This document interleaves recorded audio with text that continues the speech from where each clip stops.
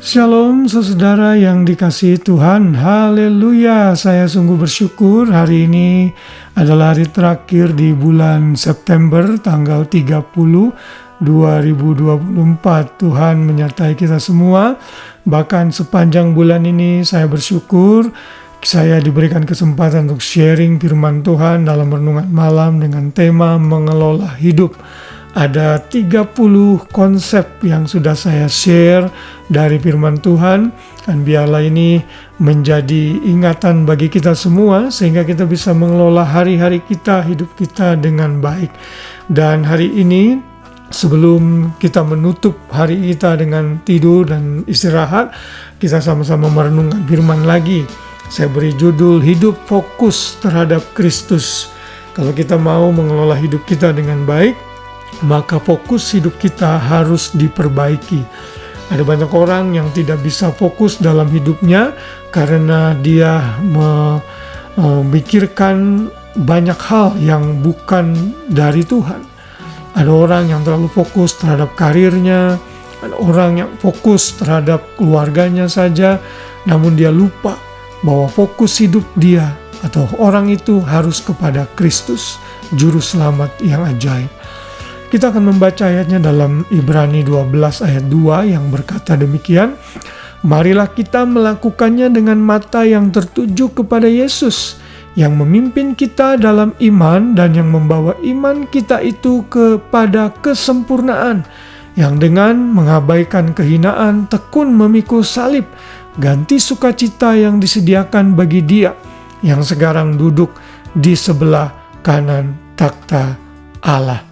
Saudara, untuk mengerti pasal 12 dari kitab Ibrani ini, tentunya saudara harus membaca mulai dari pasal 11, karena itu sangat berhubungan. Di dalam pasal yang 11, penulis Ibrani memberikan informasi mengenai tokoh-tokoh iman, pahlawan-pahlawan iman, yang sudah berjuang dalam iman mereka, sehingga mereka menjadi teladan bagi kita semua. Di dalam ayat yang ke-12, penulis Ibrani menyatakan karena kita mempunyai banyak saksi, yaitu maksudnya orang-orang yang tadi di atas dijelaskan dalam pasal 11, yang bagaikan awan yang mengelilingi kita, maka marilah kita menanggalkan semua beban dosa yang begitu merintangi kita, dan berlomba dengan tekun dalam perlombaan yang diwajibkan bagi kita. Mengelola hidup adalah salah satu bentuk lomba yang sudah Tuhan berikan bagi kita setiap anak-anaknya. Perlombaan dalam hidup saya berbeda dengan hidup saudara. Bahkan perlombaan hidup istri saya pun berbeda dengan saya. Kita semua sudah ditetapkan race atau perlombaan atau gelanggang masing-masing. Karena itulah kita mesti benar-benar menjalaninya, berlomba dengan tekun. Dan saat kita berlomba dalam gelanggang yang diwajibkan bagi kita harus memperhatikan fokus hidup kita kepada Yesus. Karena itulah ayat 2 yang tadi kita sudah baca dikatakan kita harus melakukannya dengan mata yang tertuju kepada Yesus. Kenapa? Karena Yesuslah yang memimpin iman kita dan membawa iman kita itu kepada kesempurnaan. Saudara, iman kita ini kadang-kadang fluktuasi, turun naik, tergantung dari keadaan sekeliling kita, tergantung keadaan hati kita. Namun saat kita fokus kepada Tuhan Yesus, maka Dia akan menolong kita untuk kembali lagi kepada arahan dan rencana hidup kita. Kembali kepada fokus yang Tuhan tetapkan dalam hidup kita.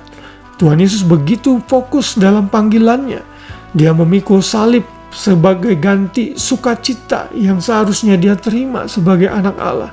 Namun Dia lakukan itu. Setelah Dia melakukan tugasnya, Dia dimuliakan, naik ke surga dan duduk di sebelah kanan takhta Allah. Kristus inilah yang harus saudara jadikan fokus dalam hidup saudara dan saya. Yesus sudah menebus kita, menyelamatkan kita, membenarkan kita, menguduskan kita, bahkan memuliakan kita. Kristus sudah melakukan banyak hal dalam hidup kita. Karena itulah biar kita mengarahkan pandangan kita kepada Tuhan Yesus saja.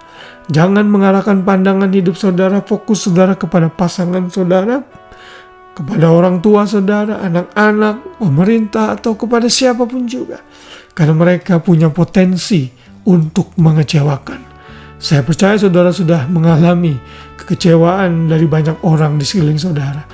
Tapi kalau saudara fokus dengan Kristus, Dia tidak akan pernah mengecewakan.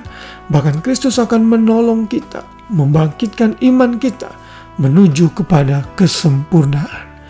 Bila saudara hidup bergaul akrab dengan Kristus, lalu hidup fokus kepada Kristus, maka saudara akan bisa mengelola hidup saudara dengan baik. Saya berdoa agar renungan malam sepanjang bulan September ini yang mengajarkan kita dan mengingatkan kita mengenai mengelola hidup dengan baik menjadi bekal dalam tahun-tahun ke depan yang akan kita jalani. Kita tidak tahu apa yang terjadi dalam tahun-tahun ke depan. Kita percaya, kita merencanakan, kita mengelola dengan baik, namun biar Tuhan yang menolong kita.